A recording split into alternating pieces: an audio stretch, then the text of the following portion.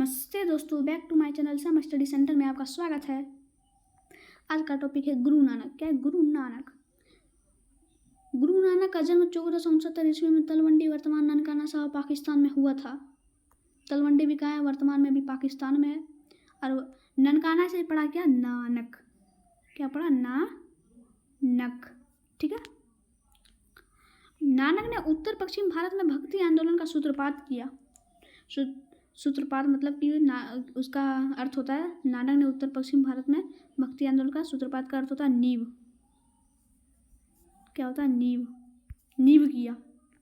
वे एकस्वरवाद में विश्वास करते थे। एकस्वरवाद मतलब होता है एक ही भगवान को मानते थे। वे अल्लाह हो, चाहे खुदा हो, चाहे हरिराम हो।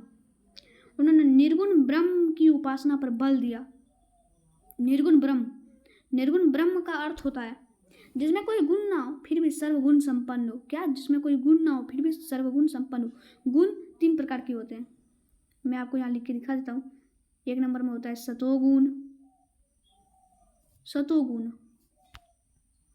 फिर दूसरा नंबर में होता है रजोगुण, फिर तीसरा नंबर में होता है तमोगुण। क्या था? तमोगुण।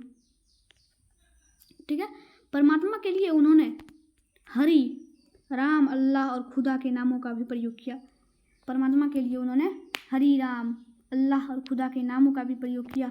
सब एक ही भगवान है पर उसका नाम अलग अलग है, उसके नाम को अलग अलग है। हम लोग हरि राम को पूछते हैं तो मुस्लिम सब अल्लाह और खुदा के नामों का प्रयोग करते हैं। वे अवतारवाद में विश्वास नहीं रखते थे। उनका मानना था कि मनुष्य के रूप में यदि ईश्वर जन्म लेंगे तो वे भी जन्म मृत्यु के बंधन में बंध जाएंगे। आप जानते ही हैं ईश्वर तो मरते नहीं हैं। अगर धरती पर अगर जन्म लेंगे तो वे भी जन्म मृत्यु के बंधन में बंध जाएंगे। ठीक है। उसको भी मरना पड़ेगा, भगवान को भी मरना पड़ेगा अगर वो धरती पर जन्म लेते तो। गुरु नानक ने गृहस्थ जीवन व्यतीत करते हुए ईश्वर की प्राप्ति पर बल दिया। उन्होंने धार्मिक कर्मकांडों एवं आडंबरों एवं सामाजिक कुरीतियों का जोरदार विरोध किया।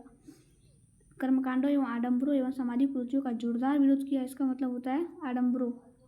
कर्मकांड एवं आडंबरों, इसका मतलब होता है कि अगर हाँ आपको पहले के ज़माने में जब गुरु नानक थे 1469 की बात है।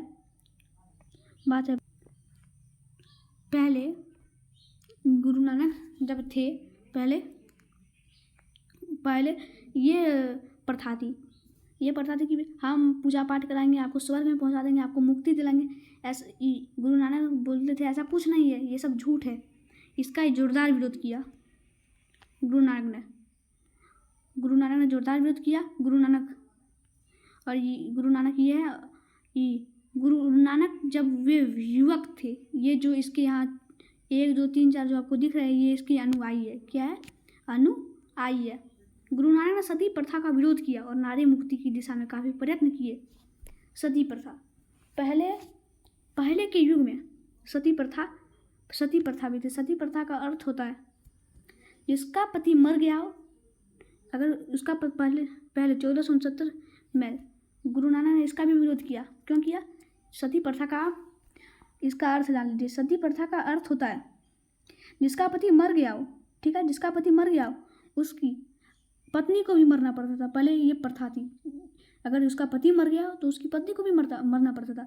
अगर उसकी पत्नी मर गया हो तो उसका जो पति है दूसरा शादी कर सकता है, पर उसकी पत्नी को मरना पड़ता था। गुरु नानक के विचारों का सिख आंदोलन पर बड़ा गहराव प्रभाव पड़ा।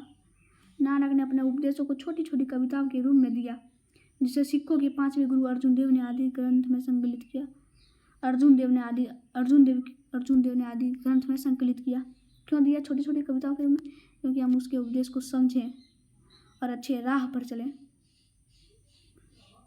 गुरु नानक के ज़्यादातर अनुयायी गृहस्थ, जनोपयोगी एवं उत्पादक पेशों से जुड़े हुए थे। क्या जो है ज़्यादातर अनुयायी जो उसके थे गृहस्थ, जनोपयोगी एवं उत्पादक पेशों से जुड़े हुए थे। ठीक है। पहले गृहस्थ, जनोपयोगी एवं उत्पादक पेशों से जुड़े थे, इसका मतलब हुआ पेशों से जुड़े हुए थे। यहाँ ज़्यादातर अनुयायी गृहस्थ जनोपयोगी उत्पादक पेशों से जुड़े थे। इसका मतलब हुआ जनोपयोगी का अर्थ होता है जन कल्याण। क्या होता है? जन कल्याण एवं उत्पादक से जुड़े थे। लंगर, सिखों के द्वारा सामूहिक भोजन की व्यवस्था लंगर कहलाती है। ठीक है। अगर मेरा वीडियो अगर आपको पसंद आया please like subscribe and comment कीजिएगा। अगर नहीं आया प्लीज़ आप डिसलाइक भी कीजिएगा। और अगर इसमें कहीं हमसे भूल हो गई हो तो प्लीज़ कमेंट बॉक्स में लिखिएगा। Thank you.